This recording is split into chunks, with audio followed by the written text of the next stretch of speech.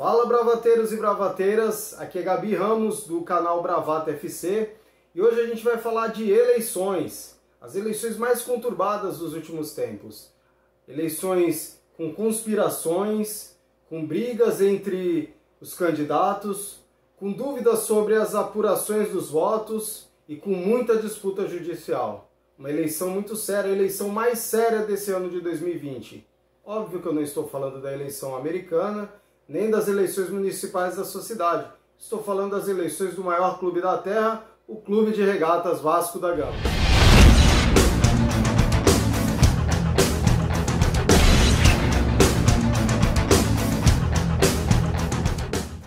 Bom, antes de mais nada, o que eu quero pedir para você, meu amigo, que está assistindo a gente, que se inscreva no nosso canal. Sua inscrição é muito importante para o nosso canal continuar crescendo e que caso você goste desse vídeo, você clique ali no nosso botãozinho aqui embaixo de like, ou se não gostou também pode clicar no dislike, não tem problema nenhum. O mais importante é o seu retorno sobre os conteúdos que a gente tenta trazer aqui no Bravata FC. Bom, falando ainda então sobre as nossas eleições do nosso querido Clube de Regatas Vasco da Gama, é bom lembrar que a torcida está chateada, eu entendo perfeitamente, realmente tem sido muito desgastante todo esse processo eleitoral, mas é bom lembrar que isso é normal no Vasco. O Vasco é o clube, eu costumo dizer que o Vasco é o clube mais desorganizado politicamente, mais bagunçado. As eleições do Vasco sempre são estresse, muita gente querendo o poder a todo custo, né? Vale lembrar que em 1899, no segundo ano de fundação do Vasco da Gama, já tivemos nossa primeira briga, né? O presidente da época foi embora, levou os barcos do Remo e se mandou do clube porque teve uma divergência de ideias. Foi o primeiro presidente que renunciou, então, com um ano de clube. Em 1969, a gente teve o episódio do Eurico, o jovem doutor Eurico Ângelo Miranda, ainda então jovem, desligando as luzes do ginásio para evitar um impeachment do candidato ao qual ele apoiava. E a gente pode chegar aí em 2017 também com a última história dos nossos contos da colina, que é a história do Campelo dando golpe no Júlio Brandt. O Campelo era o vice-presidente eleito, ficou em primeiro lugar nas eleições, e quando foi para o conselho, ele deu um golpe no Júlio Brandt, que era o seu presidente, o Campelo seria o vice, e tomou a presidência desrespeitando o sócio, desrespeitando todo mundo. Então a política do Vasco ela é conturbada. Ponto. Não é algo de agora, não é algo que é culpa do Leven, do Brandt, do Jorge Salgado, do próprio Campelo. É algo histórico no Clube de Regatas Vasco da Gama. Agora, para a gente entender essa eleição, tudo que aconteceu, um processo bem complicado. Peço que você me acompanhe aqui. Vai ficar difícil, eu vou tentar ilustrar esse vídeo com algumas coisas, mas a gente começa no dia 28. Dia 28/10, então faltando 10 dias para o dia 7/11, que era o dia que estava marcado essas eleições, o presidente da Assembleia Geral, o Fauê Sherene Jassus Mussa, ele convoca as eleições dia 7/11, online, 100% online.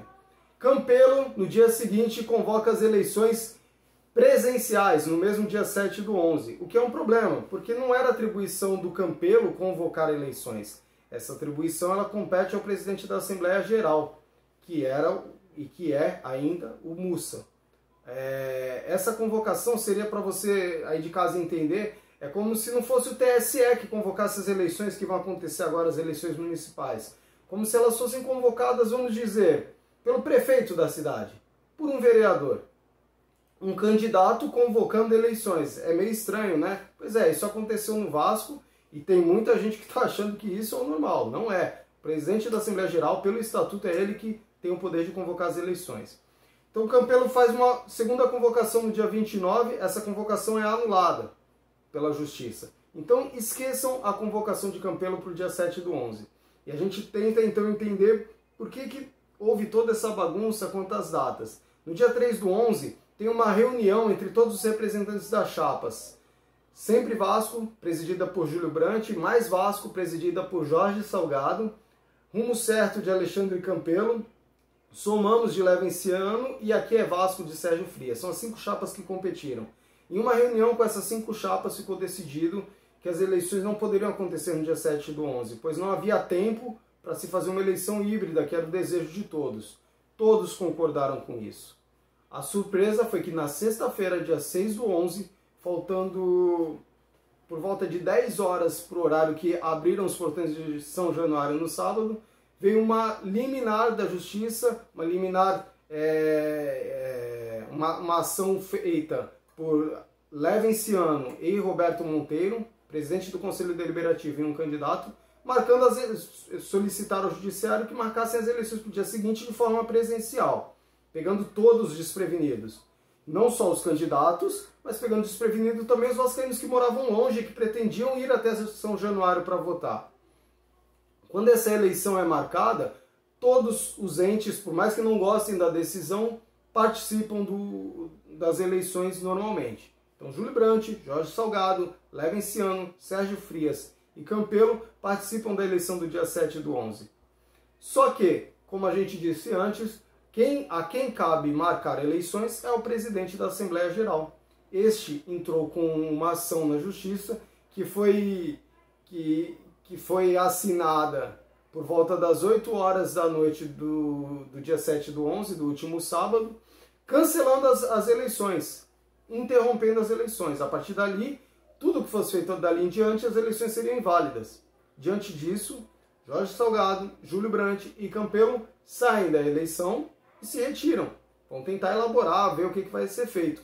Levenciano e Sérgio Frias permanecem em São Januário.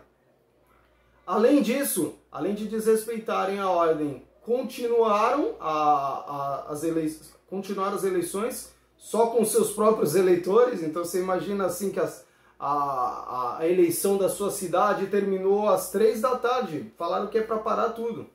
E aí um candidato do partido X fala assim, gente, continua votando, pode continuar que está valendo tudo. E aí no final, obviamente, muito provavelmente, esse candidato vai ganhar.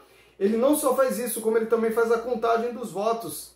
Então qualquer possibilidade da gente interromper a eleição e continuar num outro momento, acabou ali, quando ele abriu as urnas e decidiu contar. Além disso, quem fez a contagem foi a própria equipe do candidato Levenciano, junto da mesa diretora que estava ali presente. Então não haviam fiscais das outras chapas. Tá? Diante disso,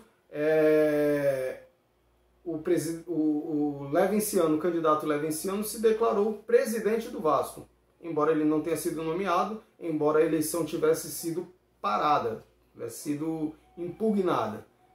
E aí, o que acontece? A gente chega num ponto mais crítico dessas eleições. São remarcadas as eleições de forma online pelo presidente da Assembleia Geral. Essa ação é validada pelo jurídico, né, pelo Poder Judiciário.